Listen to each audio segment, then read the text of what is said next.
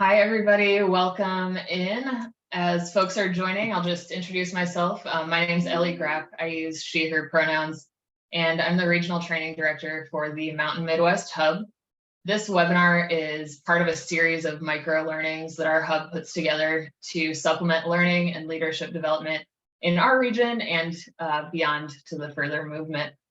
So before I introduce and turn it over to our speaker today, I just want to make sure that this group is aware we will be doing more webinars around the topic of trans inclusion this year. So please be on the lookout on Link for those further opportunities for learning and engagement on this topic. Also, for those lucky folks that are on the webinar today, we are going to be doing a giveaway of this adorable kids book called Peanut Bell and Friends that explores the world of gender inclusion in a really kid accessible manner. I'll be dropping the link to enter the giveaway after the presentation today, and we'll select 10 participants at random to send this book to.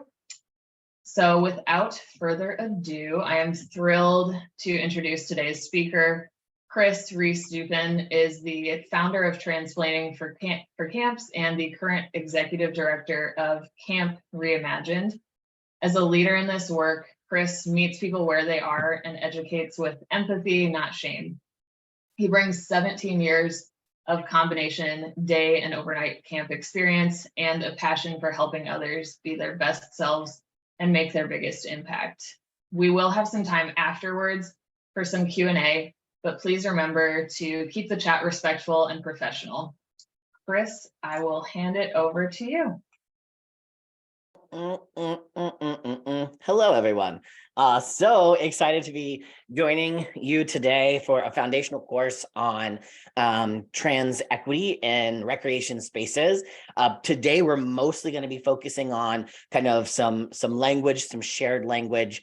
We're going to talk about good inclusive pronoun usage, some stuff around facilities, and really understanding, coming to a deeper understanding about the gender binary, how it constrains all of us. I am super pumped to be here today on a Friday afternoon with you all. A couple of housekeeping things. Please feel free to turn on your cameras, especially if you're one of those people who on Zoom like nods emphatically. Like I personally like need you to turn your camera on. I'm like, I need it. It would be so much more fun if we were all together in a room, and I understand that that's not a possibility. So I'm going to be doing a lot more talking than I actually like to do, but super excited to engage in questions at the end. That being said, there's absolutely no way I can watch the chat because I will get distracted and then nothing good will happen. So if you have questions, feel free to put them in the chat and I will get to all of your questions at the end. So you can put those in as we're going, and Ellie's kind of collecting them and we'll be sharing them at the end. This webinar is being recorded. However, we're not going to record the Q&A at the end, which will give you all the opportunity to ask your questions in a safe environment. When we get to questions, just so you know, if you don't have the exact right language, that's okay. That's what I'm here to help you with. So I want you to feel like you can ask questions even if you're not completely fluent in the words surrounding gender identity and sexuality. So yeah. Ellie shared a little bit about who I am, a little bit about my professional bio. So yeah, I've been in the camping industry for 17 years. I actually started at a YMCA camp in Louisville, Kentucky called Camp Piamingo. This will be the 20th anniversary of me starting at Camp Piamingo, and I'm so excited to be going back to Piamingo to do training with their staff. Almost on the exact 20th anniversary, which is really cool. But I mean, if you can do math, 20 minus 17 is not the same thing. So where did I spend my other 3 years? For 3 years during the pandemic, I worked at the Columbus City Impound Lot. I was the manager of the Columbus City Impound Lot, and I learned a lot about mad people, which actually like brings in a lot of the things that I talk about when we talk about equity. People get really heated about it, and I learned a lot of really good coping skills for how to address those folks and hope to share some of that with you today. Yeah, so that's me, Chris Rehs-Dupin. I use the pronouns he, him, his, and you got my professional resume. Now let me tell you about the really interesting stuff, things that I love. I love seafood. I love really comfy beds. I spend a lot of time on the road, and I know a good bed when I see them. I have become a connoisseur of sorts. I love college sports, specifically women's basketball. I love watching women's basketball. I was a huge Louisville, Kentucky Cardinals fan until Rick Pitino messed everything up for me. And now I love women's sports better because there's just more heart in it and less capitalism. So that's where that sits for me. Some things that I don't like not knowing the rules. Like, I don't want to go to a restaurant if I don't know how, like, the way people order is known. I don't want to do it because I'm just going to feel awkward. I also don't like losing my wallet, and I would only mention this if I did that a lot. So don't like those two things. I think everybody should also be like super aware of the things that they're learning to like, right? Like the things we know we should like in our life. Often my learning to likes are like water and vegetables, but I'm really trying to learn to like and sit in silence. I think the older I get, the more I need quiet time, and really becoming okay with that. Another really important thing that you should know about me is I come from a very small town in Kentucky, a small enough town that I talk about the county I come from and not the city that I come from, Oldham County, Kentucky, where I grew up down a holler and next to a creek. And if you don't speak Kentucky, that means I grew up in a valley next to a creek.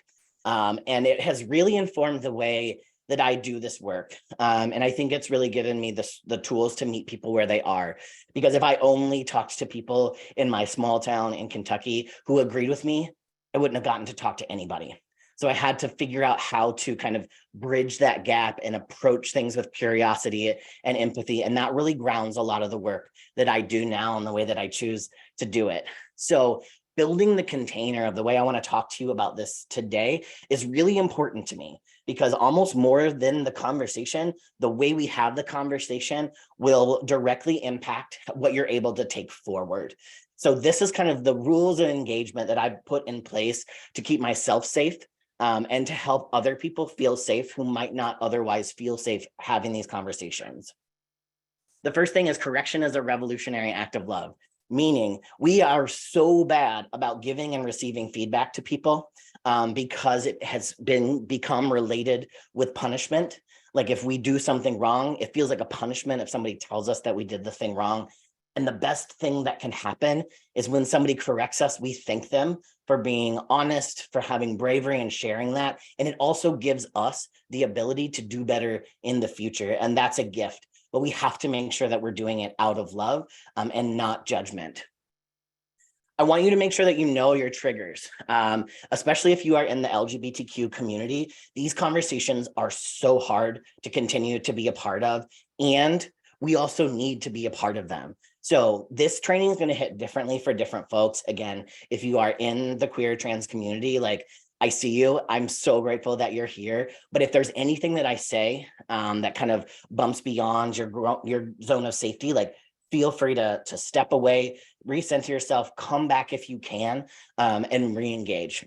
And that goes for everybody, right? Like all people who are in this space, I want you to feel safe, because when you feel safe, you can learn best.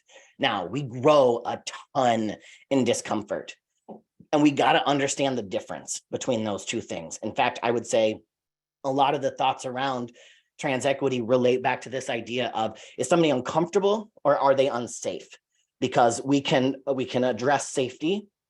We can't always make sure everybody is not uncomfortable. I'm uncomfortable right now, like y'all looking at me. And that's okay, because we do these things to make the impact that we want to. So thinking about that difference is really important. I fully believe in education in the absence of shame. I don't think shame does us any good. None of us built this vast and wide and deeply entrenched system of oppression and privilege. None of us participated in the build of that system initially. It is our responsibility to figure out how to undo it. And if we're just continually shaming ourselves for not being good enough or feeling bad about the things that we made mistakes about, we can't make the impact that we should be making. And to that end, when I talk about, I'm not trying to inject shame in this presentation for you all, I also ask you not to feel shame for yourselves. I think the best shamer that we have is like the shame that we give ourselves.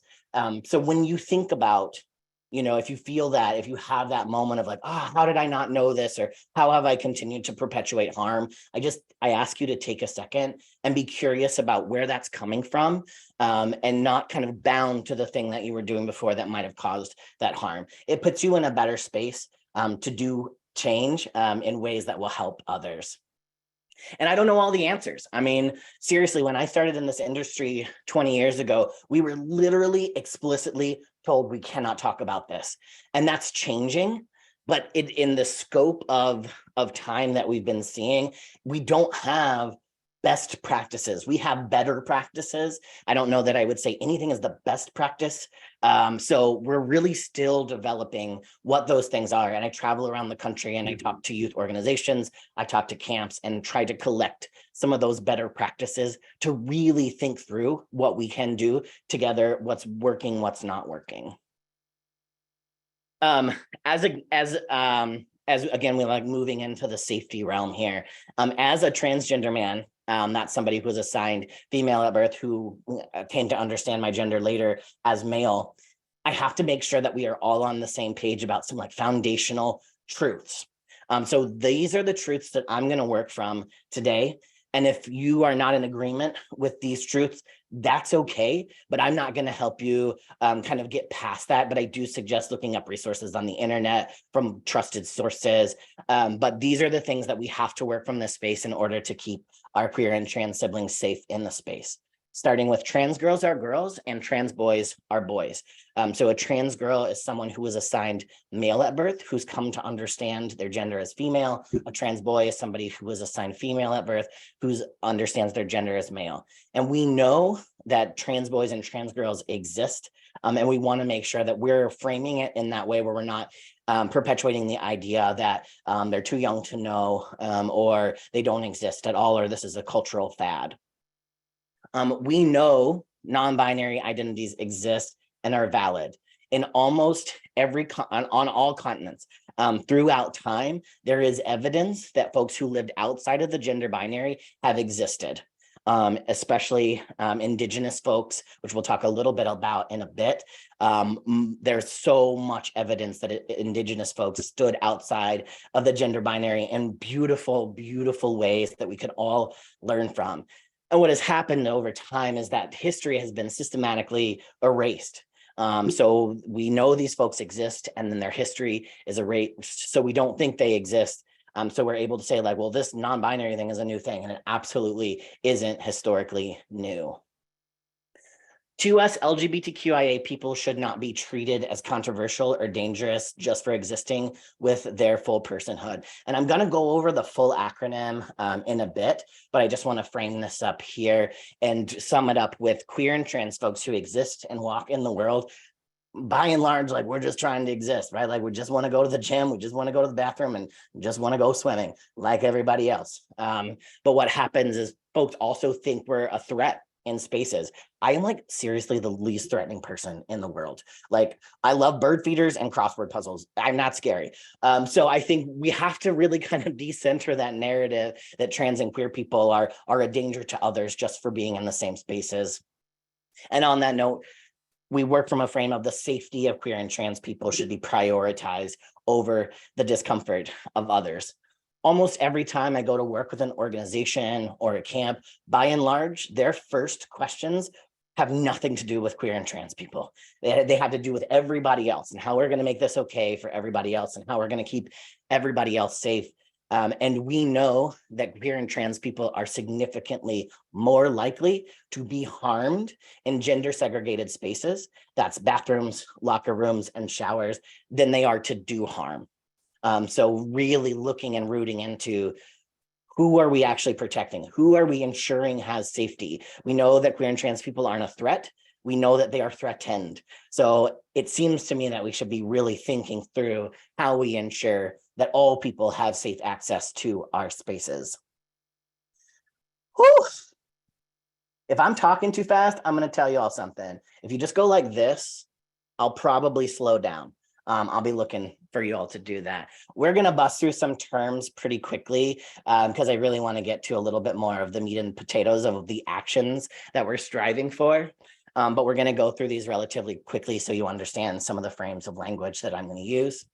So your sex assigned at birth was the sex that you were assigned when you were born, based solely on your external genitalia.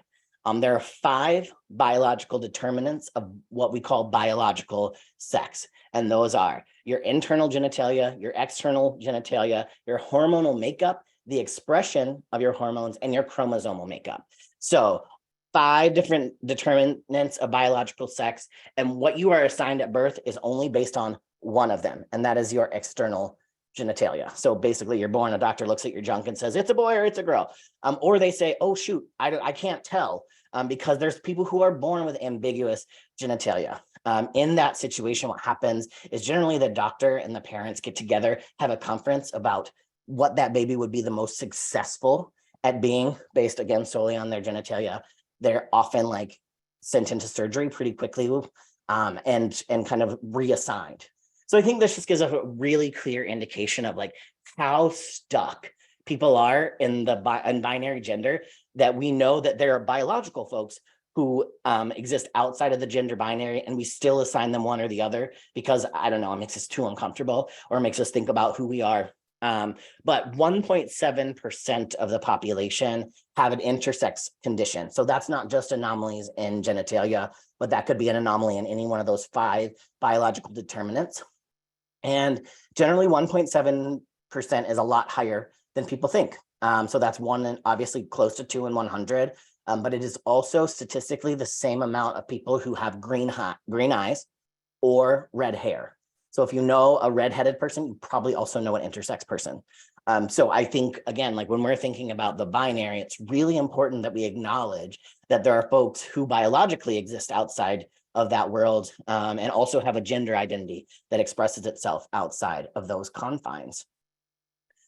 Transgender is basically, I'm way oversimplifying here, an umbrella term that often means someone whose gender does not align with the sex that they were assigned at birth. And you'll often see trans written like this, trans with a star. So that star is used to designate that the trans community is way more complicated than just transgender folks.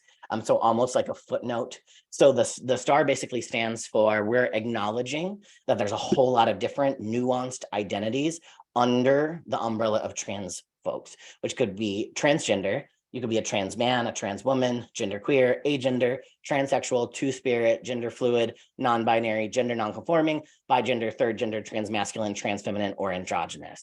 And each one of those things is deeply nuanced, but still kind of falls into this community of being not in alignment with the sex you were assigned at birth.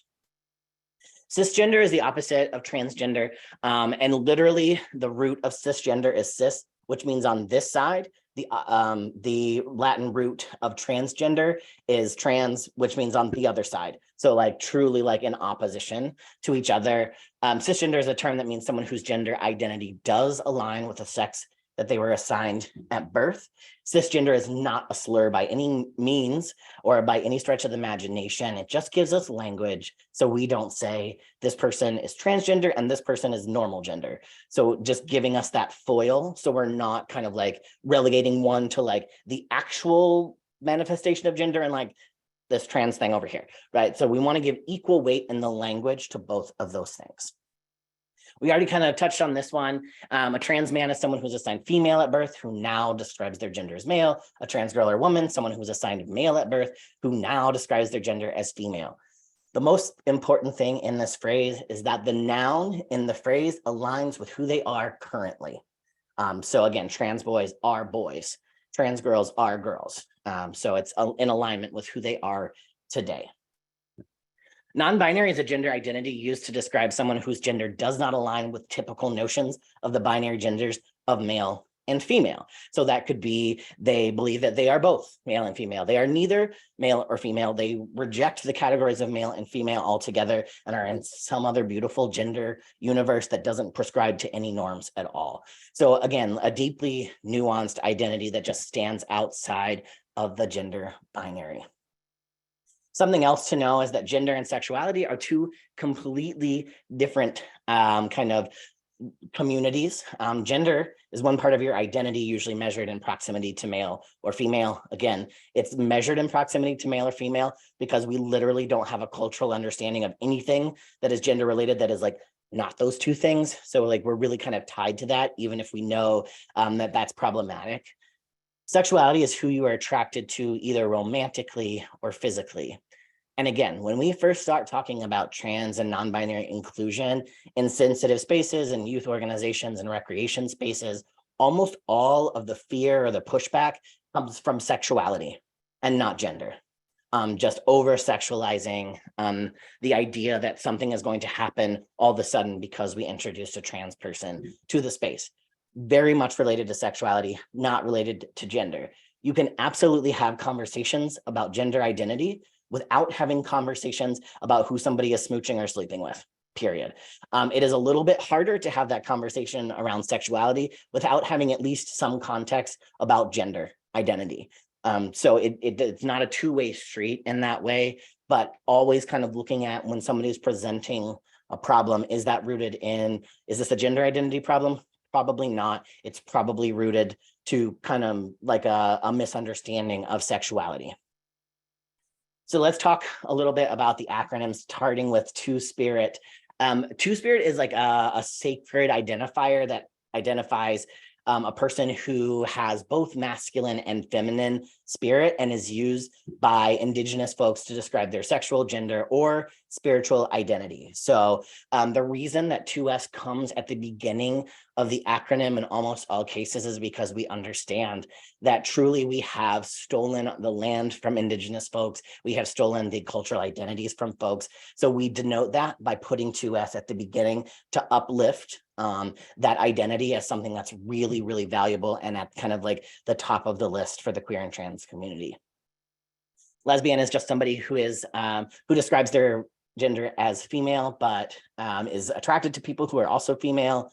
Gay historically was somebody who describes their gender as male, who's attracted to other men, but also is kind of like the catch-all for anyone who whose gender identity is the same as the person that they're attracted to.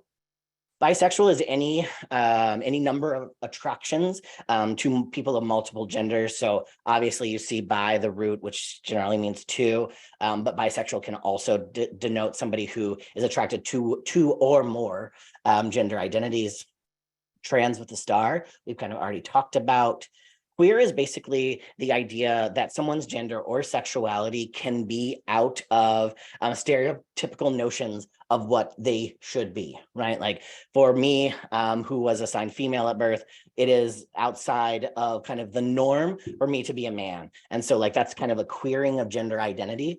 It's a deeply, again, nuanced identity and is one that's a little bit hard because queer is a word that has been reclaimed from a slur that was often used in the 50s and 60s. So it's still one that unless you're in the queer and trans community, it's not probably a term that you're going to readily use without the permission of the people that you're speaking to.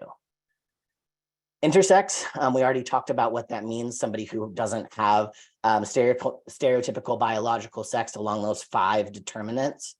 And then we have agender, which is somebody who's completely without gender, which is a little bit different than non-binary folks. Here's a best practice for you. I love working with young people because they just love their identity markers. And so sometimes somebody will walk up to me and be like, yes, I am a trans demi-boy who is pansexual and agender. And I'm like, what does that mean? Not what does that mean, but what does that mean to me? What I need to know is what pronouns and what name do you want me to use for you?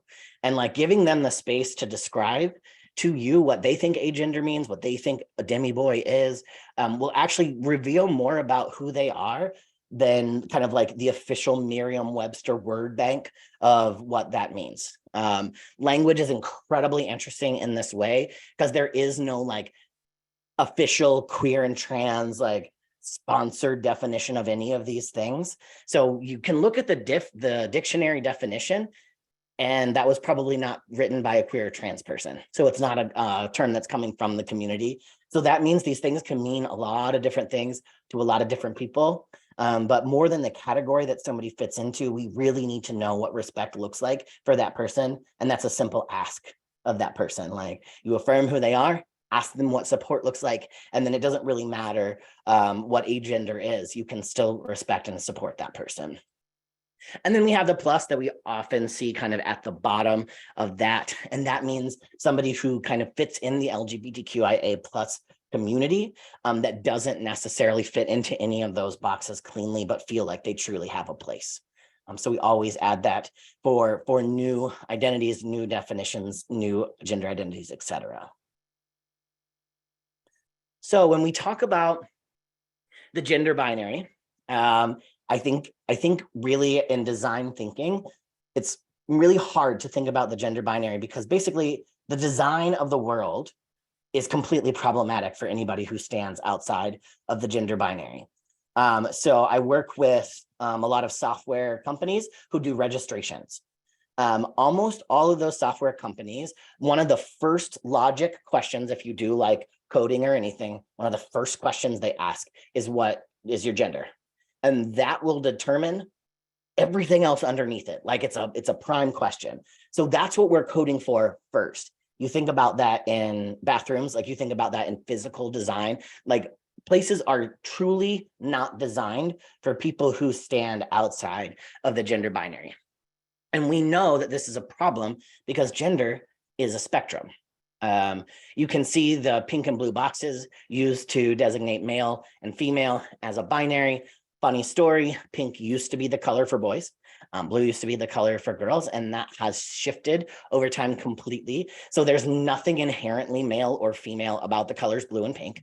So I'm not going to tell you which one represents which because you don't need to know. So pink and blue, here we got them. And this is the way our world was kind of set up.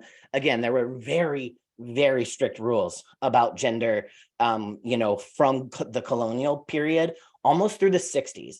There were laws in place in the 60s that basically said that it was illegal to go out in public without at least 3 garments that belonged to your sex. So that, I don't know what those 3 garments were. Like, so if you're a woman, if you were caught without a bra, panties, and a skirt on, like it was illegal. You could be taken to jail from that. So we have been very serious about these rules. Sometimes they're rules, right? Like they're cultural rules. Like, you can't roll up to a wedding and be in a tuxedo if you're a girl, right? That's a cultural rule, but we've become a lot more flexible on this over time. So congratulations, if you were assigned female at birth, you can now wear pants. We're all joyful about that. So we've gotten a little bit more flexible, right? Like, things have become more of a continuum, but they're still not in the design of the world accounting for people who stand outside of this. So even if these 2 categories butt up completely, right? Like, it's a complete continuum, there are still so many spaces where we have to divide by gender and sex. And this causes a real problem, because when you think about where do you put that line? Where does it go? Thinking about this as a continuum. This is one of the predominant arguments about trans women in sports, right? Like, how do we ensure that we have the right people in the right space? Because we're drawing a line in a continuum, and that means it's always going to lead somebody out. Something that's really important to denote here is when we measure for what is like appropriate hormonally for men and women, we measure that in terms of white men and white women, which is different across races. For example, there is an Olympic athlete who is an 800-meter runner. Her name is Caster Semenya. She was assigned female at birth, and when they test her hormones, she tests too high to run with women.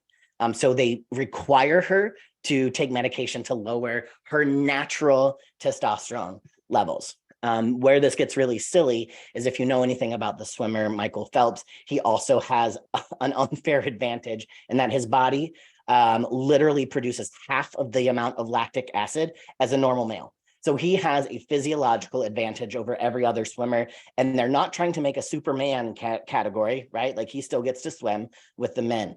The reason this is all relevant, especially when we talk about sports, is that there's no way to fairly divide. sports is all about advantages, right? Like I am 5'10", I'm never going to dunk a basketball. It's not going to happen.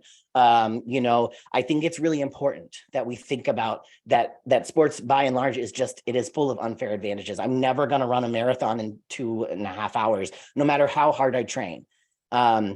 And even more importantly to me, what feels really resonant in this is when we have the discussion about athletes and who goes in what category, especially at the youth level. Something I often share with folks is I would much rather explain to my daughter why she lost in her swim meet than explain to her why one of her classmates killed themselves because they couldn't swim in the swim meet. Both are very real possibilities, and both have to be kind of weighed against each other. And this is the reality, right? Like this is the reality of what gender looks like. There's no limit to the way gender presents itself or the way we interact with gender. So when you look at it as a true spectrum, not even a continuum. So a continuum is between one point and another. A spectrum is many, many, many different points, a galaxy, if you will. If this is the way gender actually exists, there's really, truly no way to divide it into perfect and neat boxes that are not going to leave folks out. But what happens is trans and non-binary folks get left out because we have a lower population density. We've been misunderstood.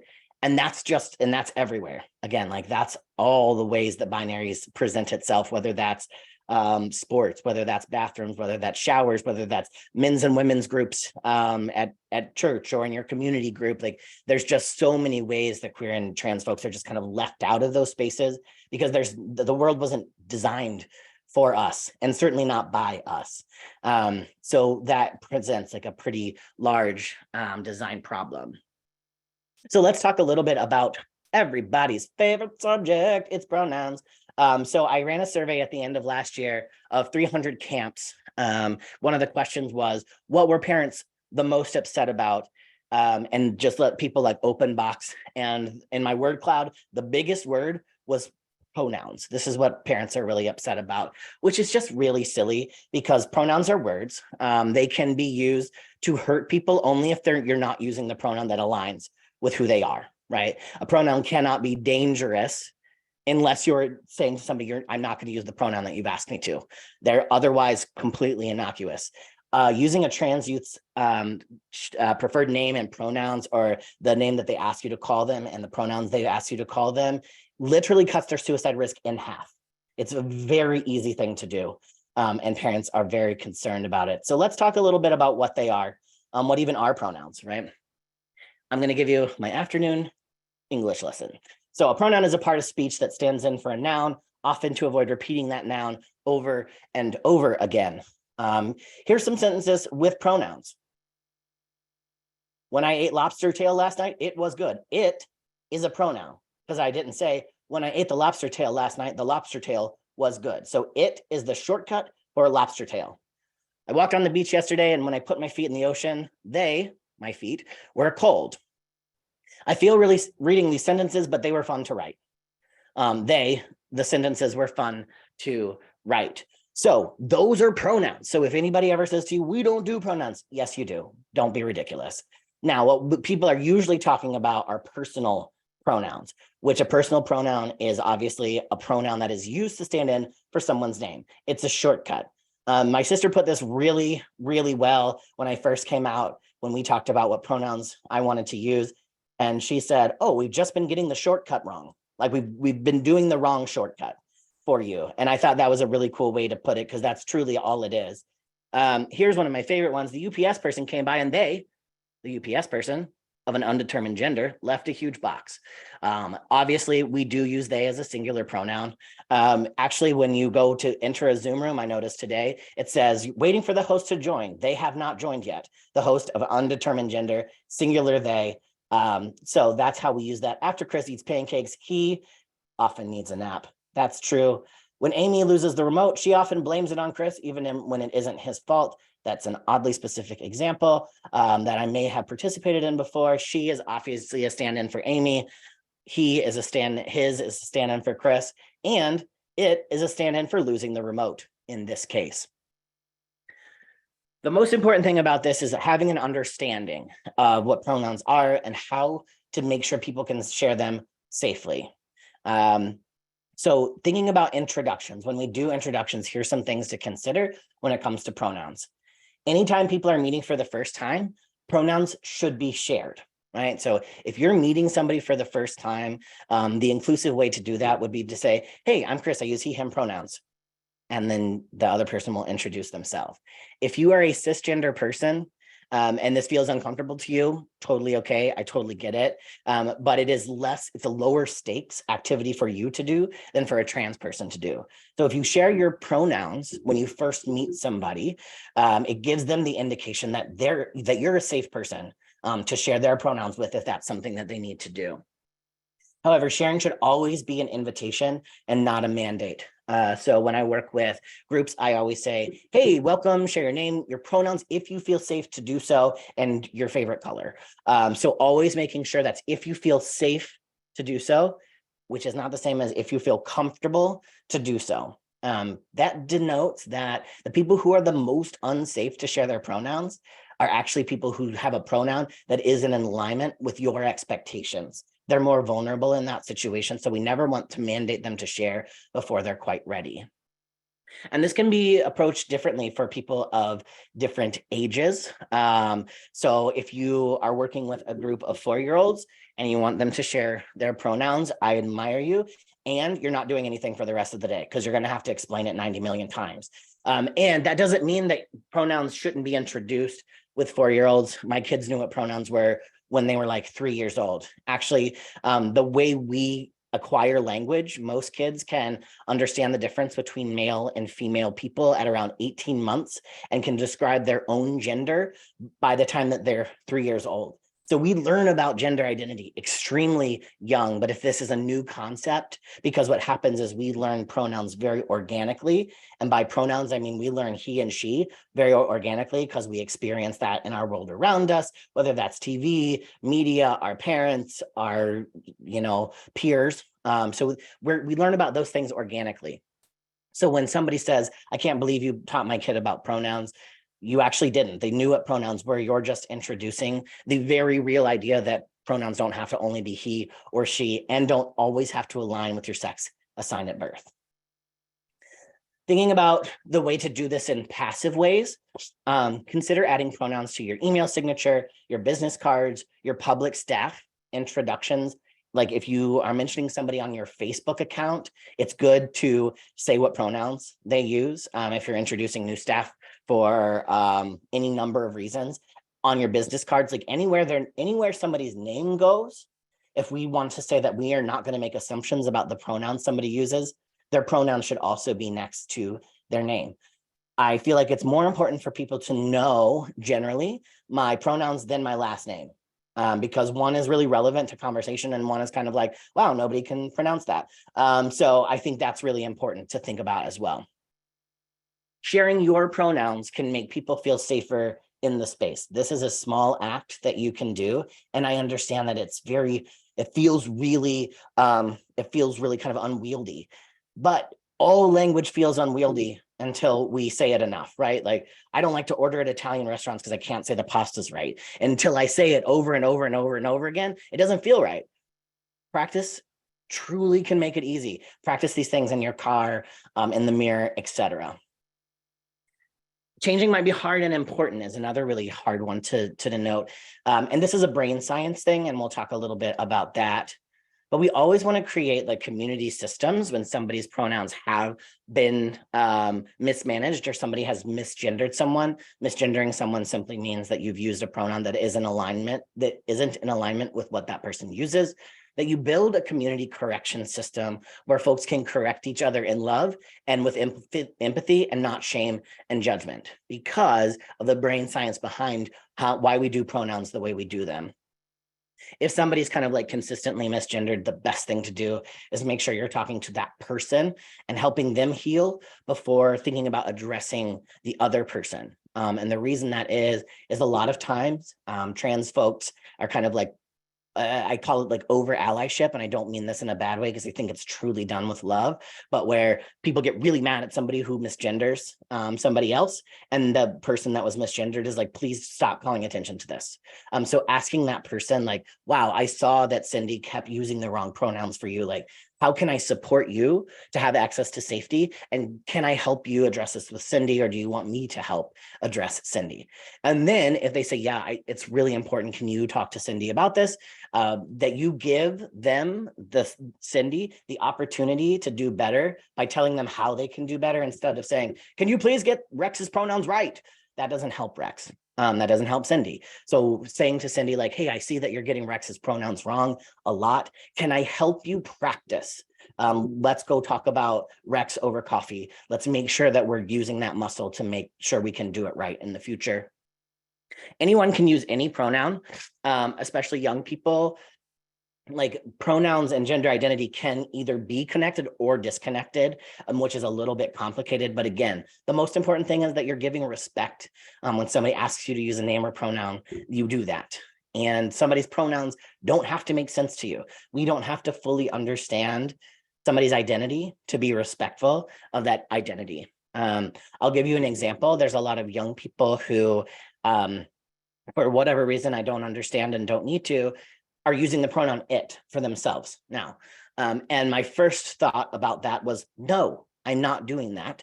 That is like a harmful word that people called me when I was in high school. And that's me focusing on me, when what I should be doing is that person, that feels good to them. And nobody's calling me that anymore. And if they're not calling me that, then it's not about me. So we don't have to make sense of somebody else's experience to honor it. But a continued intentional misuse of someone's pronouns is bullying or harassment. You do not have the right to say is against my faith to only use or to use they as a pronoun, or use a pronoun that's not in alignment with somebody's sex assigned at birth, right? Like, you can't reserve that right, because intentionally using the wrong name or pronouns is an act of bullying or harassment. So here's the brain science of this, which is so fascinating, is that our brains are literally, from the time we're born, hardwired for male and female only, unless we are deeply exposed to folks who stand outside of the gender binary. And pronouns are tied to both of those categories. So our brain makes a neural connection from somebody we perceive to look like a boy to the pronoun he. And the more we do that, the deeper that wrinkle in our brain gets. And so it's really hard to unlearn it. And it's stored in the same way that, how if you have kids or you have pets, you sometimes call them all the wrong names, right? Like, you call your kid the other kid's name, or you call your kid the dog's name. Interestingly enough, we don't often call our kids by our cats' names, because there's something called semantic categories. And so family exists in this semantic category. And so they're so close that sometimes they're connected in ways that they shouldn't be. It's the same thing with pronouns. Pronouns are in a phonetic semantic category. So he is in a semantic category with boy, and boy means something to our brains. So what I'm saying is, this is all brain science. So give yourself a break if you're not getting it right.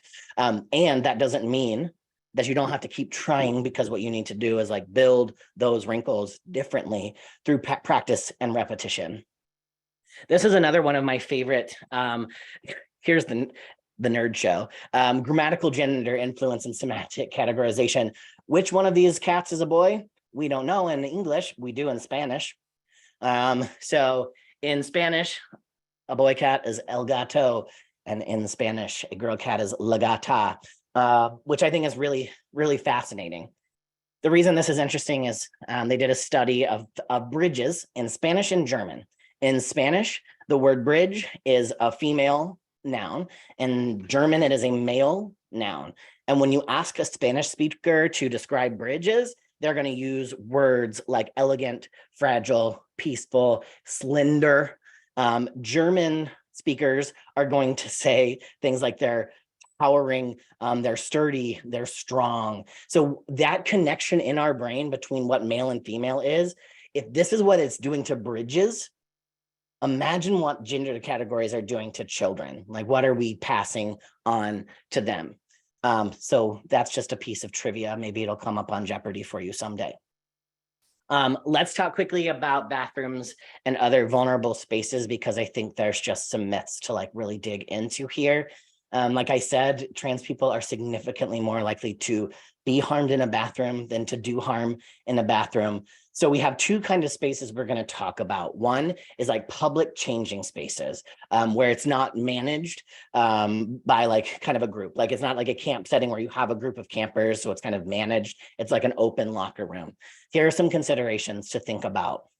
In a stall, in a bathroom stall, or a shower stall, you want to make sure the gap between the door is no bigger than 1/4 of an inch. And that would mean like anybody who is not trying to look into the bathroom cannot see into the stall. So a reasonable person's going to walk by. There have definitely been times I walked down a row of stalls where I have seen things that I didn't want to. And it's because that size gap, I'm not looking like I'm very eyes to the ground, as you can imagine. But like that could happen. So we want to make sure that we're working towards that. This doesn't mean that you have to rebuild all of your stalls. Put a piece of plexiglass on the inside that just covers that gap, and you're good. I am a firm believer that you can see somebody's feet of the opposite gender and not be traumatized by that. So like thinking about the feet, yeah, you want that stall door to go down pretty far, but people are going to have to like really be doing something weird if they'd have to be coming under the stall for that to be kind of problematic. And we're talking about in all bathroom spaces. There should be community expectations around public nudity. One question that often comes up is, well, there's a trans adult in the girls' locker room, and we're worried that they're going to expose their penis to a child. First off, no child should have to see an adult's genitals. It doesn't matter whether they're same or different. I mean, I think so, like making sure that what we don't want to do is we don't want to assume that because we introduce trans folks to a space, it's more dangerous. It was actually just as dangerous before they got there. This just exposes a little bit of this cultural myth that we all hold, that as long as all of the same genitals are in this bathroom and then the other genitals are in this bathroom, everything is safe. And that actually allows for a lot more abuse and not really looking at what policies could be harmful. So when we introduce trans people, all of the things that come up for people are already unsafeties, like this idea of seeing a youth person seeing an adult's genitals. That's problematic regardless of the gender identity of that person. If you have curtains in your bathroom, think about making anchor points so nobody can just like run by and open all the curtains. Like they have some kind of Velcro or some kind of like hooks or something that is obviously in alignment with fire department expectations, but it gives a little bit more safety to the person who is vulnerable in that shower, that nobody's going to just run by and open the shower or not know that there's somebody in there. So that's a really good one to do. And we already kind of talked about the minors and adults sharing. Is there a space to say like, we don't have minors and adults changing in the same space, especially if there's public changing? Just something to think about. And some of these things are like small kind of facility changes. A lot of them are really group norming changes that don't cost us a lot, right? Like it's really about thinking through the policy. Who does it keep safe? Who does it make feel like an outsider? Who does it keep unsafe? Regardless of what you do in your bathroom spaces, there's a very real possibility, because of the current realities and the historic realities for queer and trans folks, they're not going to feel safe regardless. So making sure that there's some kind of access to something that will make them feel safe. We ensure that those community members know where a safe space exists for them. First, they have to know that one exists, then they need to know where it is. So think about everybody, and I think this too, everybody should have the ability to change in private. So thinking about where those spaces are, and when you're doing your tour, when you're walking through the facility, naming where those spaces are for everyone, not just people who look like they need their own space, but everybody knows this is where an all gender single space is, or this is where an all gender space is. All gender spaces should not be burdensome to access, right? Like if you have one all gender space, you don't want it to be on the second floor, where people who might not be able to reach the second floor have to go, or everybody's going to the bathroom in the boys and girls room over here, and you have the one non-binary kid who has to like go to the executive director's office because that's the one single staller. Like you don't want it to be so burdensome that they don't want to, that they feel like they're missing out, or they feel like they don't have a space of belonging.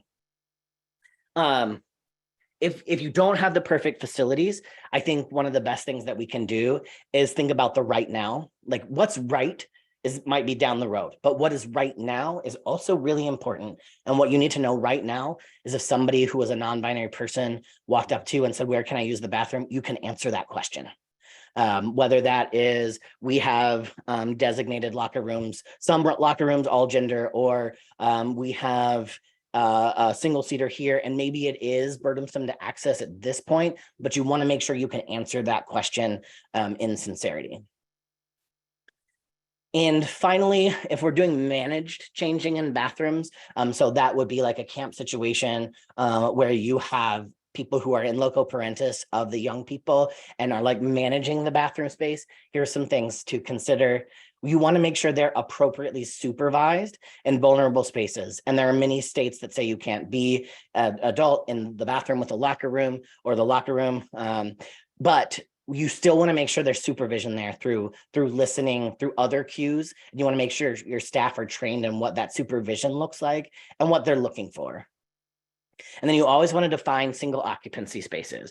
With minors, nobody should ever be sharing a bathroom stall. Nobody should ever be sharing a shower. Nobody should ever be sharing a changing space, right? Like when those things are happening, we need to tell the young people, like there's only one person allowed in the shower at a time. And when the person is in there, nobody else is touching the shower curtain. So managing those group expectations, again, is like more important than the actual facility updates, or equally as important, especially as you're kind of like building out the plan to move this direction. Just like with adults who are kind of just in community in your spaces, everybody should know what bathrooms they have access to and where they are. And then you want to make sure that you're following your organization's best practices so that all youth, regardless of gender identity, regardless of sexuality or any other factor, can change somewhere in private. And this is becoming more and more apparent. There are people who culturally don't want to be nude in front of other people. There are people who experience sexual assault as a young person and don't feel comfortable with their body on display, or they just have some body dysmorphia pieces that they're working through. So everybody should have access to not have their naked body seen. And I would say reflexively, everybody should have the right to not have to see anybody else's body naked. So thinking about the group dynamics surrounding that. And what I want to say about all of this is these are not just best practices for trans kids like these or trans adults. Like these are best practices that by universal design make every single person who accesses your facility more safe than they already are. So we're not doing things just for queer and trans kids. We're identifying that we already have existing liabilities in these spaces that should be addressed and updated. And finally, if you're following all four of the first pieces, that any young person in your program should be able to use a bathroom that makes them feel safe without question. Kids very rarely go into the wrong bathroom.